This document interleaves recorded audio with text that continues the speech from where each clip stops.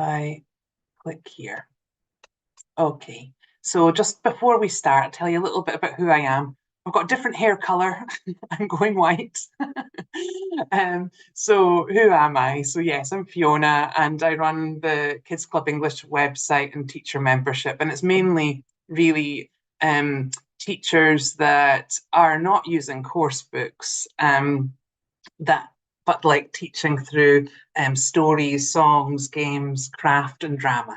So that's when I started teaching English through storybooks. I looked at all these other ways that I knew were really engaging for kids, and tried to get the language in through that way. So that's where this comes from. So I've made a lot of resources for teaching young learners and very young learners in these ways, and I run a teacher membership and community. Okay, so today I hope I can share some simple and practical ways that you can help kids acquire more language, and through these different things that I love. So songs, stories, games, craft, and drama. So one of the things I do in my membership are these sort of show and tells each week. So I'm kind of hoping that in this session, what I'm going to do is just share some quick practical activities in each of these different areas that you'll be able to take away and use in your own classrooms. I'm not really able to see the chat, but maybe if there are any questions or any comments throughout the session, Yes, just interrupt. we'll let you know. Just interrupt, okay? Absolutely. Yes, let's start off thinking first of all about language learning objectives. So I divide these into two groups, really. First of all, I think about language to learn. So this is where the vocabulary definitely comes in, where we've got an explicit focus. So you're conducting activities, any activity in your classroom where your young learners need to understand or produce language in order to complete the task that you've given them, in order to complete that activity. But I also think about language that they can acquire. So what do I mean by that? I mean that there's an implicit focus. So I'm not necessarily expecting that children are going to produce this language, but I'm being very intentional about the language I use in my teacher talk and in the way I conduct craft activities and the way I do storytelling, so that the children are getting exposed to it. Okay. Why? Well, because you'll know from your own experience that especially when you're teaching children, they're all at different stages in their language development. And I think if we restrict it too much to just that vocabulary item or that grammar point that you're trying to teach, you're not giving the exposure to that bigger language that some children will be ready to acquire, and they will start producing it. And for the children who are not quite there yet, they're getting that exposure so that in the future, down the line, when they do come across that language again, they're going to be much more receptive and much more able to then incorporate it into their own language repertoire. So yeah, basically I'm saying make it available. All right, so we're going to look at some ways that you can kind of make that bigger language available to them and help them acquire that bigger language. Okay, so let's start with songs. So am I going to think about this in terms of why? And I'm sure this is all familiar to you. You probably use a lot of songs in your classrooms too, because they're catchy. They kind of stick in your head. They're memorable. So the language is embedded in them. So they're really useful, but they don't always contain the language that you want to focus on, perhaps at that particular moment. And sometimes they're a little bit too difficult. So we adapt them. Okay, so I want to just, I'm going to stop sharing my screen just now, and we're going to demonstrate a couple here. So basically, simple songs. Songs, think about songs that you already know, that your children already know, more importantly. One of them is the Frere Jacques, or it has different names. So do do do do do do do do do do do do do do. Um, um, so any vocabulary point is perfect. So even if it's just colors, you know, red and yellow, pink and blue, pink and blue. What's your favorite color? What's your favorite color? I like blue. How about you? Okay, so you can do it like that. But as I said, any vocabulary point. And usually when I do, I'll have like, so this is what I've got to hand. I've got some closed vocabulary point cards here. So generally what I would do is I would have the children in a circle and I'd sort of shuffle the cards like this and get the kids to tell me, Fiona, stop. And then be like, oh, okay, a shirt. We've got a shirt. And then I put that down the circle. Jumper. I've got a t-shirt there, and then we've got, I don't know, jacket. And then we sing the song. So this, sorry, I forgot to say this. First, before we launch into singing it, I tend to just get them to follow the actions. So you can't see my knees here, but I would be clapping my knees. So the, the, the, the, the, the, the, the, okay, so in this case, so they would start to follow along with the clapping and get the rhythm and, you know, the coordination with what to do with their hands. And then we would start introducing the vocabulary items. So shirt and jumper, shirt and jumper, t-shirt and jacket, t-shirt and jacket. What are you wearing? What are you wearing? I'm wearing a jumper. I'm wearing a jumper. And then we would repeat it again, but then I'd get one of the children to tell me. So they'd be, I'm wearing a t-shirt. Or they could say the negative, you know, like I'm not wearing a jacket or something like that. But of course, that could be anything. That could be food. It could be, you know, uh, carrots and apples or something. And then what's your favorite food? It could be transport, by bus, by bike, by bus, by bike, by car, by plane. And then you'll laugh, actually, why was I by plane? Because then you could ask, you know, like, you know, how do you go to school? How do you go to school? Imagine if some child told you they went to school by plane, but there we go. Maybe some children do. I doubt it. Anyway, so adapting the song for whatever language you're wanting to work on, and that'll make it more memorable for them. Another example is there's a tune called Jimmy Crack Corn. And say you've been telling a story, like I don't know if you know the enormous turnip story, you know, where the man's trying to pull a big turnip out of the ground and has to get, you know, first it's a man comes, then there's a woman, then there's a boy, then there's a girl, then there's a dog.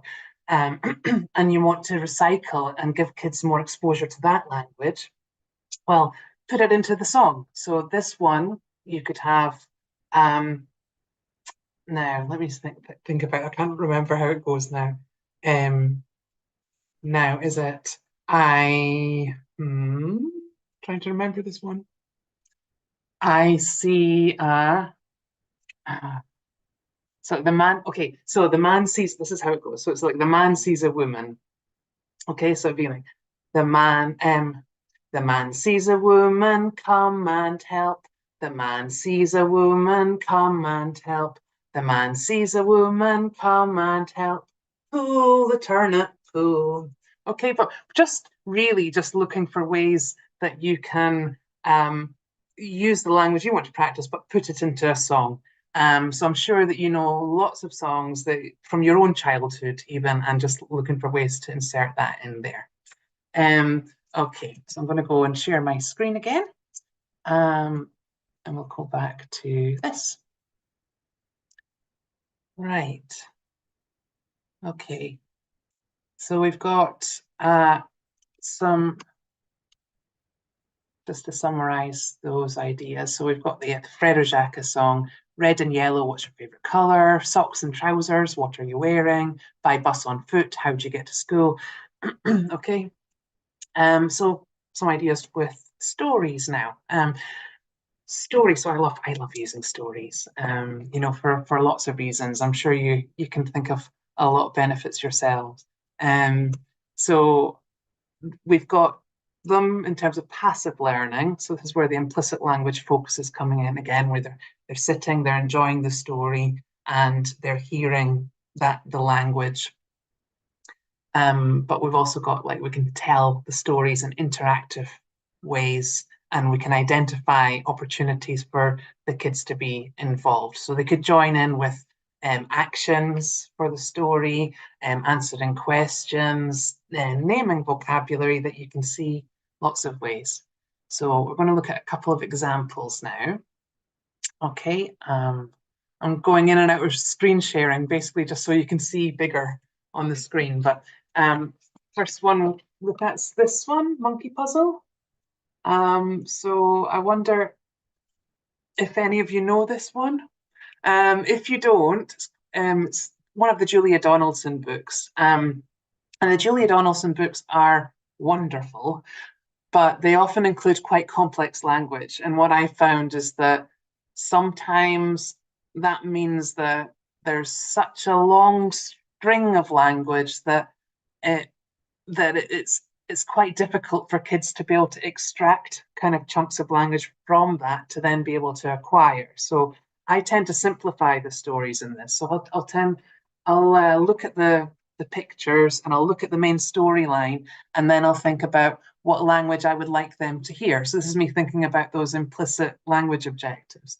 So if you're not familiar with this one, the basic storyline is that this monkey here loses his mum, and he's lost. And then this butterfly comes along and says that he'll help the monkey, or she'll help the monkey. The butterfly will help the monkey, and takes the monkey to these different animals, and they're not his mum, obviously, and until eventually they find the mum. So let's just look at one example. Let's see.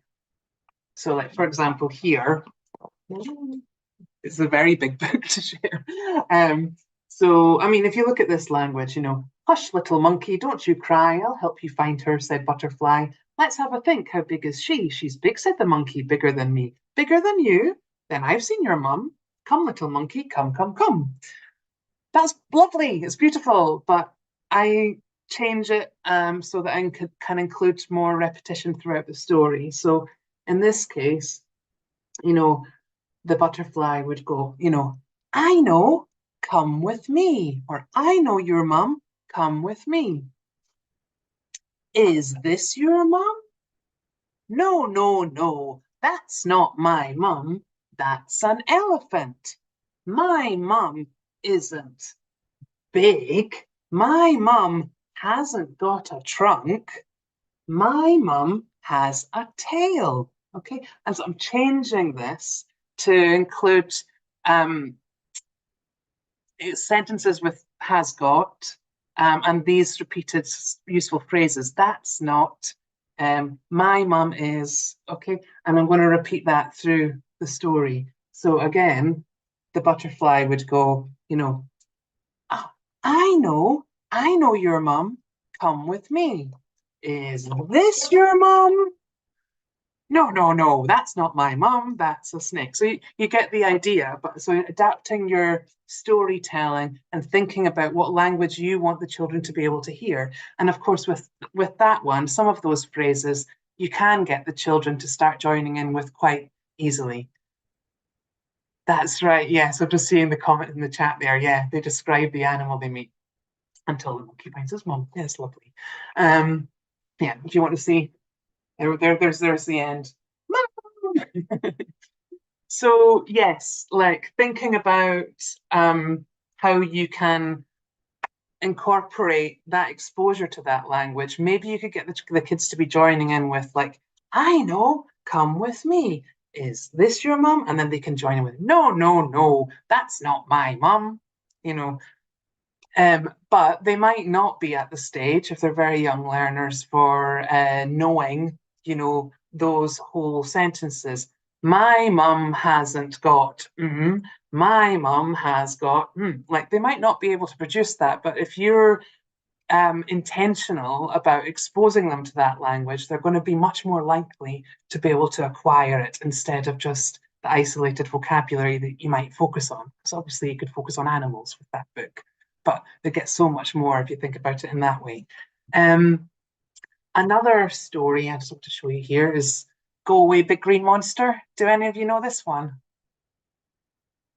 I don't know if you tell me in the chat if you know this story. This is another one that's quite a big hit with my kids. Um, yes. Okay, good. So this story actually doesn't need that much adapting in terms of language because the language is quite simple and a lot of storybooks are, and you don't need to adapt the words. But there are often opportunities where you can get more repetition in there and you can give the kids more exposure to useful language. So, for example, in this one, we've got, Big Green Monster has got big yellow eyes, a long bluish green nose, a big red mouth. There's nothing to stop you from going, Big Green Monster has two big yellow eyes. Big Green Monster has got two big yellow eyes and a blue-green nose.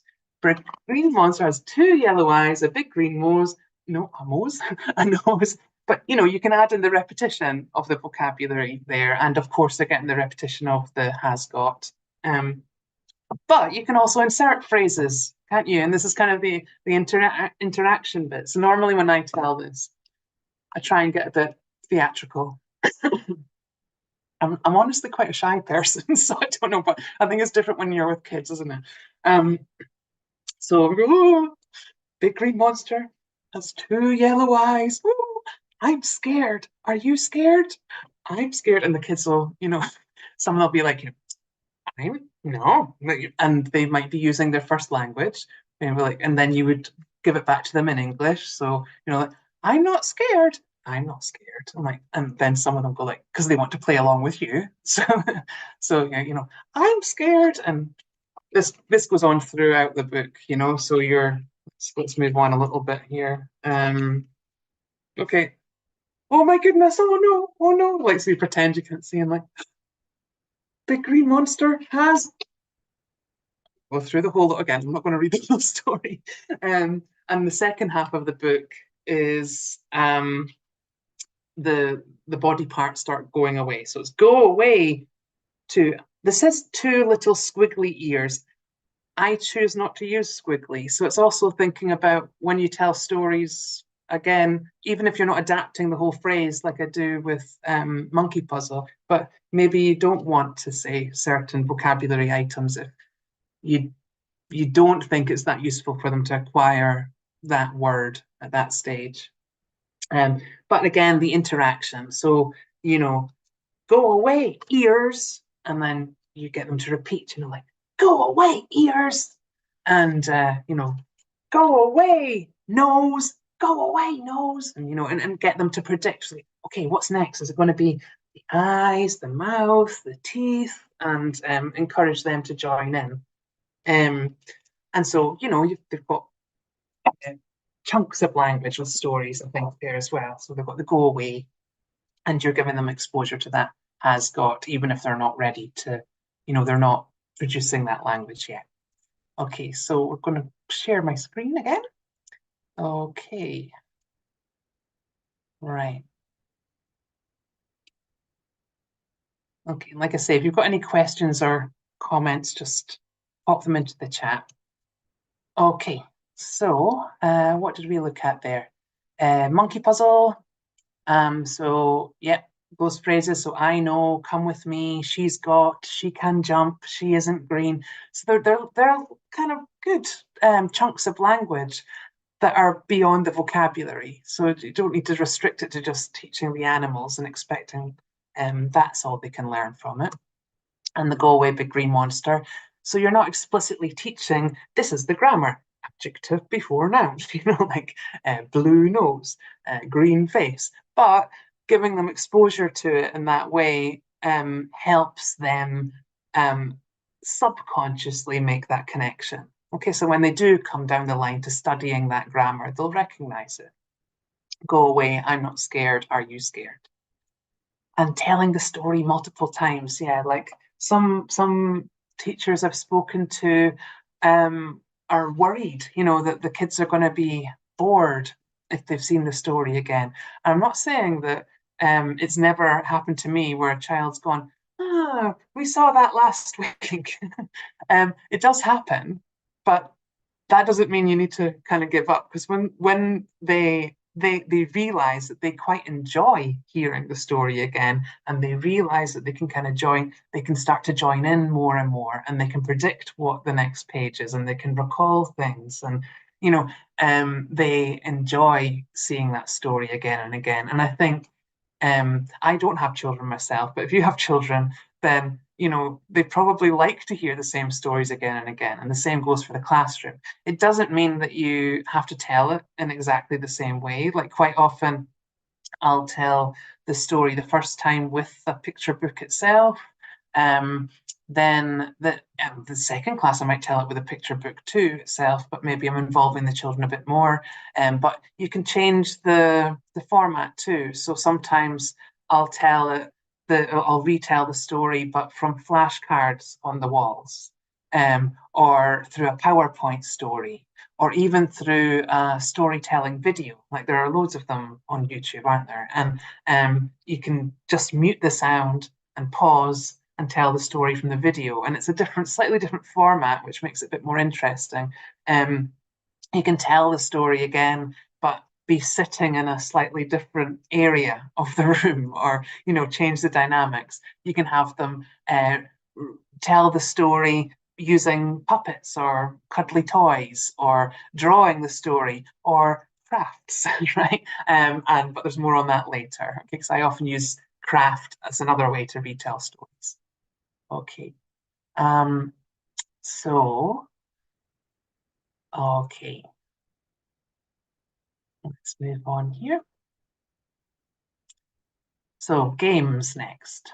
Okay, so with games, we use lots of games, don't we? um, we can use them sort of with these different purposes, and increasing exposure to that bigger language. So they're having to listen to it. Using games to increase the interaction opportunities so that they get a more either production or exposure to the language. And there are games that do actually encourage that bigger language that goes beyond vocabulary too. Okay. So we're going to look at a few examples here. Okay. So thinking about games where they have to understand vocabulary. So splat games, I'll just use that general heading, but I'm sure you'll recognize some of these. So here's an example with flashcards around the room. This is like a PowerPoint, or it could be flashcards on a board with animals. These are flashcards on the floor. Okay, but with all of these type of activities, the children are listening and they're responding. So you're saying something, and then they're either pointing to or they're going to the picture to indicate their understanding. So I suppose what I'm saying is, like, don't restrict it to the individual vocabulary item. It'd be very easy to play these games and just say monkey, and then they point at the monkey, or bear, and they point at the bear, grass, they point at the grass. And try to think about ways where they're still going to understand from that keyword, but you're giving them exposure to the bigger phrase. In that first one, maybe you can tell me in the chat, actually, if you recognize what that story, this is based on a story. The first one, round the room, we've got a picture of a river, a bear, grass. Does anyone know what that story could be? It's a story chant, really. You can let me know if you do in the chat. I'm just going to tell you. So this is from we're going on a bear hunt. Um, so if we're playing like a game where they're listening and pointing to the pictures or going to the pictures, we can retell that story as well. So we're going on a bear hunt. We're going to catch a big one. What a beautiful day. We're not scared. Uh-oh, what's that? It's grass. Long wavy grass. Okay, so they hear grass, they go to grass, but they've also heard all of this other language. So then we go to grass. And, we can't go, and they can join in with this. We can't go over it. We can't go under it. We can go through it. Swishy, swashy, swishy, swashy. And then we're going on a bear hunt again. So that's retelling the entire story, but it's a game where they're having to listen and point to the flashcards. Um, let's go back. Well, so there's one in the center, so board slam, or maybe you have a different name for it. But yeah, say you'd been, well, not necessarily using the monkey puzzle story, but let's imagine you have used that monkey puzzle story. So instead of saying, parrot, you can be saying, that's not my mum, that's a parrot. And then they go and they touch the parrot. Or some people like using fly swatters as well. It's kind of, I don't actually have, oh, okay, just heard recording stop there. I think I'm still here though. So yeah, like you can incorporate the story language or bigger language. So maybe you're not using the story, but you want to use descriptive language. So it hasn't got legs. What would that be? It's a snake. Okay, so they go to the snake. You know, but give them the full sentence. And this circle splat mats, what I found actually is like sometimes it's nice, especially with the very young learners where they don't um they're they don't fully understand like the concept of competition yet, or um or maybe they're too competitive, or like, and it's difficult for them to wait for their turn. These are all skills that they're developing and learning. I find that this works quite well, so that you've actually got the children in a circle, and then you choose two children on either end of the circle. Normally, I don't have it to hand here, but it could be any pen there. So each child has a pen, and then you play it. So like this elephant is orange, and they touch orange, and then they just pass the pen to the next person, and then to the next person, the next person as you play. So I find that works really well, especially with the younger ones, so they don't get like anxious, wondering about when their turn is. They can see it's coming around, and it's not really competitive. You're not playing against teams that way. So I quite like that game in that way. Okay, so these are all games where they're um, generally listening and responding. Um, but hang on a second. They and these are also ones you can use in that way. But of course, you can hand over and let them start if you've got kids who are, more comfortable with the language and they are starting to produce that, and you can see that. Let them be the teacher, or let them play the games themselves in like small groups or pairs, and it becomes a productive skills activity. Okay, so fishing is another one there. So this is one that they quite like. If you don't know it, I mean, again, I think I'm really cheap. I don't really buy a lot of things, like in terms of props, but I do make them. So this is, I don't know if you can see that. I'll maybe show it to you when I stop sharing the screen. But just a magnet um, on a craft stick there that I've taped with a bit of string. And then on the flashcards, you put paper clips, and then they can have turns like listening and then trying to fish the flashcards. Again, it's just about the language you use. So that one I think was from another story I used, Peace at Last. So Daddy Bear goes to the garden. So rather than just garden, they've got the full sentence. I did that game the other day with clothes, I think. So it's like, I'm wearing trousers, and they fished trousers, rather than just trousers. Bingo is another one, easy to put in the whole phrase there. I think that one's from a story from Head to Toe by Eric Carroll. And then we've got like categorizing tasks, which are quite nice to kind of change the dynamic a bit as well. So it's less teacher led. So those are from the Go Away Big Green Monster books. And look, I would say things to them like, okay, find these monsters have got no nose. And then they would find the monsters that don't have noses, put them into categories. These monsters have got blue ears. And they'd put all the blue ears together. And there's so many different possibilities, but like they're categorizing. So first of all, they're listening to those have got sentences, but the thing that's helping them identify is the vocabulary. And then they're putting them into the different categories. And then, of course, you can get them to uh, work away themselves and decide on different categories. And you can go around and monitor and use your teacher talk and your teacher language to be giving them exposure to that bigger language, or inviting them to tell. So what's the connection here? And they might say something like white teeth. I'm like, these monsters have got white teeth. So you're just looking for ways to get them to do that. And the good thing with categorizing tasks as well is you're getting them to use and practice those kind of higher order skills. So like classifying, organizing. Okay. Um, okay, so I'll just move on from that. So yeah, games to increase exposure. But again, they could be production if you're getting them to play in pairs or small groups, playing teacher, which is what I'm saying there, child leads games. Another one that you're maybe familiar with is rock, paper, scissors.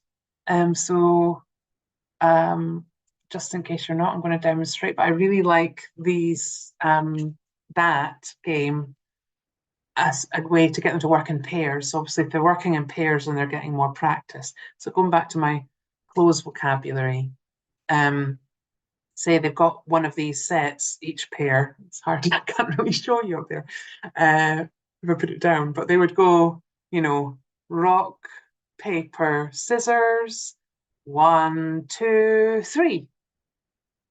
And then they're doing it at the same time. Don't know if I can do it at the same time on both hands, right, left side of the brain thing. Let's see, but rock, paper, scissors, 1, 2, 3. So paper beats rock, scissors beats paper. What's the other one?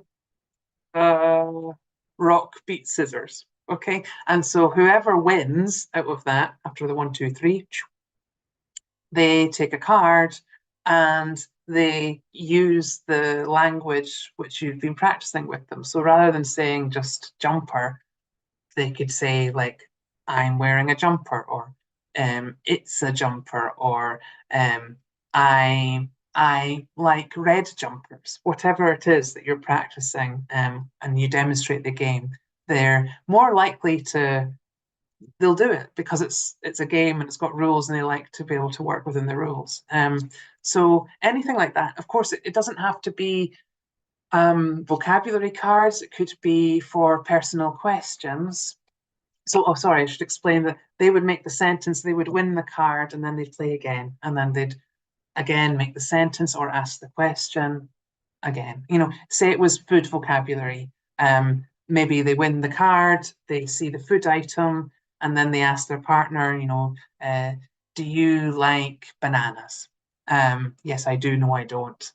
But they win the card. And at the end, the thing I like about that is that it's random. Basically, they're not winning because they're either really good at English or they're not so good at English. They're winning because that's the rules of the game. They just win the card, but they're producing language in the meantime. Okay. So we've got rock, paper, scissors. Let's just go back to Oh, sorry, no, I'm not going to share my screen just yet. Um, sorry, just a little bit of computer. Okay. Um, Hippopotamus. So I said I'd share a game that helps include bigger language. So I'll try to explain this. I hope I can explain it well enough. Um, I like using this game with children who are maybe a little bit older, like 8, 9 and up. Um, so actually, there's no reason to say why you couldn't use it with younger children. It's just that that's what I've done. But they would be standing in a circle. So you'd all be standing in a circle, and then you would tell them a sentence, depending on what it is you're working on. Um, let's look at go back to Monkey Puzzle again. So my mum hasn't got uh, tusks. My mum has got a tail. Okay. Um, so I say the phrase, and that's quite long, but I mean, my mum hasn't got tusks, she has got a tail. The person standing next to me says the first word, my. The next person, mum. The next person hasn't got a tail. She had tusks. She has got a tail. But this is actually just side note. When they get things wrong, this is quite nice because they help each other and they remind each other of the word. It's not a test. So they one by one say the words that are in the sentence.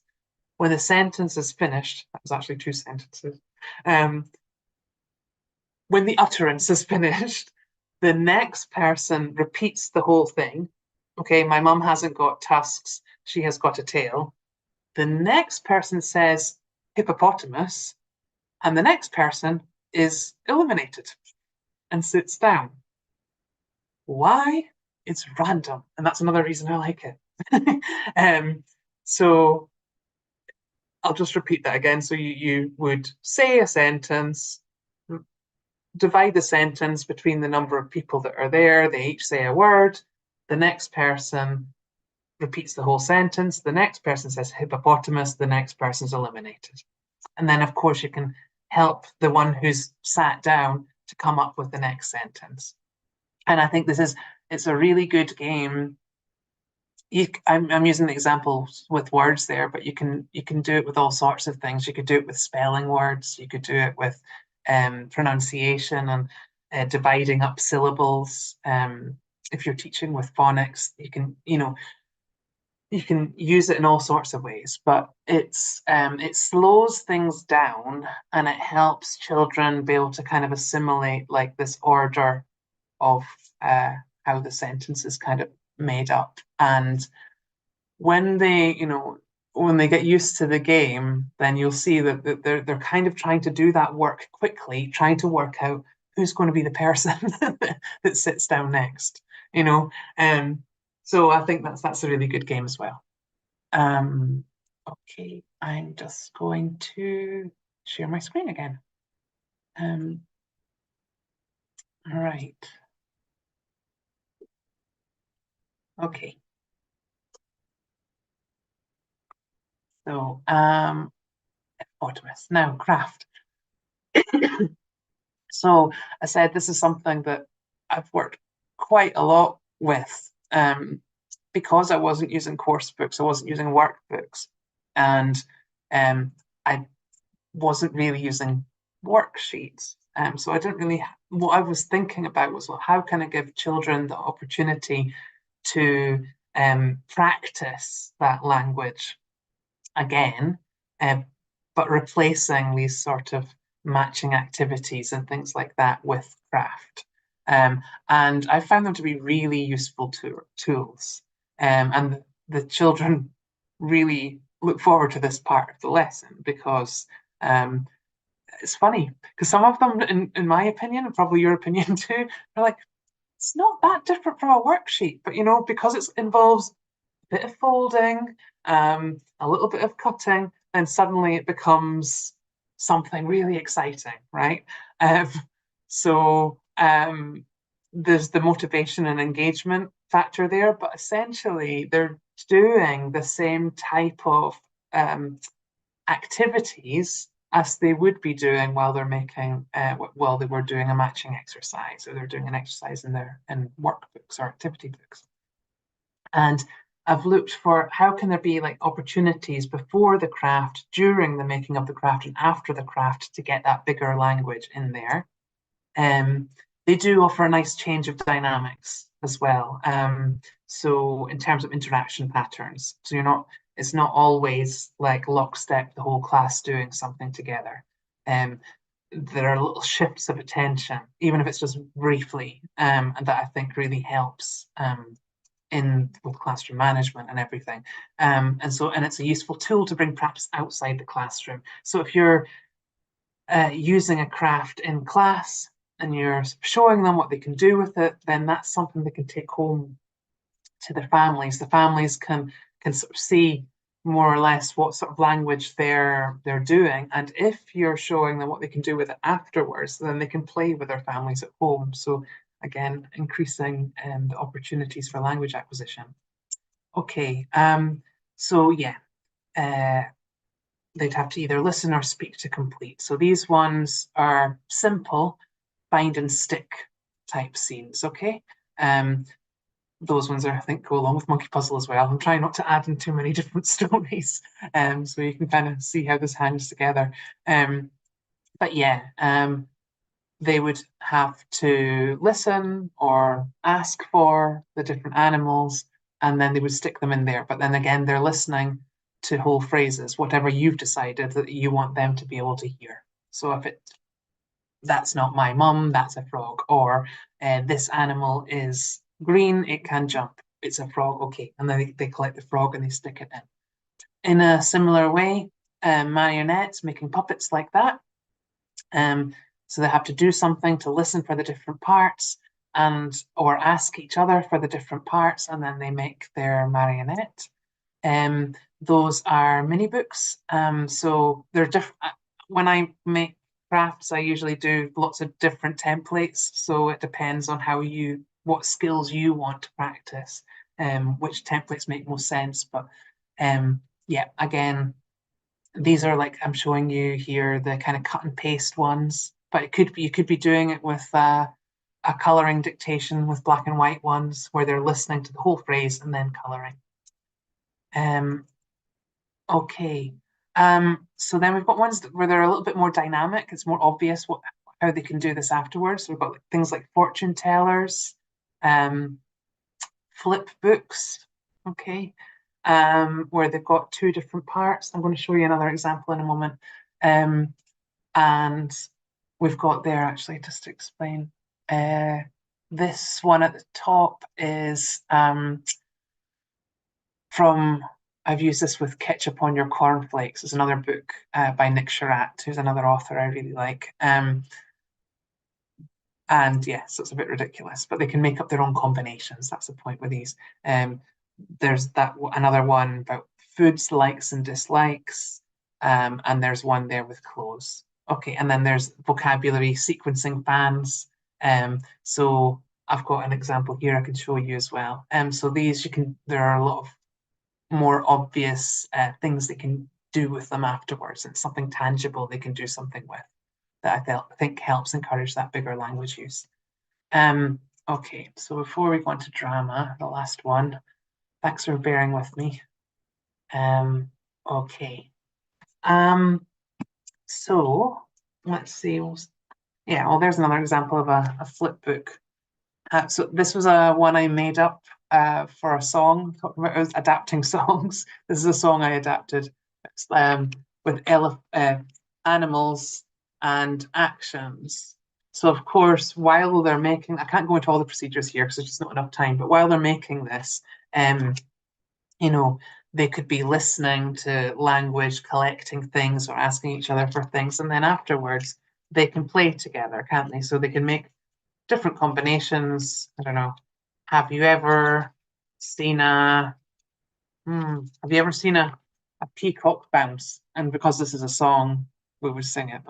Have you ever seen a peacock, a peacock, a peacock? Have you ever seen a peacock bounce this way and that, bounce this way and that? I'm not going to do the whole thing for you. But yeah, the children can choose the combinations, and I think having something tangible like that is fun. Or it can be guessing games. So they make the combination, and their partner has to listen. So I've got ones like this for clothes, where it could be, okay, the giraffe is wearing blue shoes, and then their partner would listen, and they would try to find the same pages, and like, is this it? You know, and see if they're the same or different. With the likes dislikes one that was there, they could be comparing similarities and differences, like a mini class survey, but they've got something tangible that's a little bit more exciting, to go around and compare with. Um, so these are a couple. Oh, I have the sequencing fans. These are actually hobby ones, but about hobbies, but they could be listening and putting seeing if they can get the hobbies in the same order as you. But again, you're using the big phrases. They could do a mingle activity. So they're walking around the room. I don't know, say you've been, well, these are hobbies. So um, we've got painting. So they walk around the room, painting, painting, painting. I'm painting, I'm painting, I'm painting. Stop. They turn to the person who's nearest to them. And then they could say, so they've got painting. Uh, I don't mind painting. And maybe the other partner says, I love painting. And then you choose a different one. But again, it's having something tangible, I think, really helps. Um, okay, and let's see. So enormous turnip, we had that one. Was that the song? I was talking about enormous turnip. Uh, yeah, but they've got these story wheels. So again, while they're making it, you can be getting language practice in, but afterwards for retelling a story, these are great because they're following along and they can even be playing and telling the story to each other, but again with something tangible. Um, and yeah, I've got lots of things here, but I better not bombard you with too much stuff. Okay, let's see. So I think it's time to move on to drama, perhaps. Okay, so oh, hang on, let's stop sharing that and share this. Okay, thank you for your patience. Okay, right, so drama activities. So when I talk about drama, I'm not talking about any big performance. I'm talking about probably a lot of the simple, the TPR, total physical response activities. I'm sure that you do, like mind games and things like that, but doing those same games, but just making sure that, you're being intentional about your teacher talk. So you're giving them exposure to language beyond the vocabulary item. So it could be, listen and act. So if you were, again, keep thinking about monkey puzzle, but again, if it was animals, elephant, and so they mind being an elephant. But don't just say elephant, like it could be, um, uh, that, like that's not my mum, that's an elephant, or a different language, so the description language. Um, so where they're listening to what you say and acting around the room. It could be where they say an act. So maybe you're giving um, some kind of description for them to then elicit and guess the vocabulary item, and then they act like that. You could play like a musical statues type of game as well. So where we're surrounded by different things now. Three billy goats. What could we do with three billy goats? Um, hmm, okay, let's see. Okay, the troll. The troll goes up, up, up, and down, down, down. Up, up, up, and down, down, down.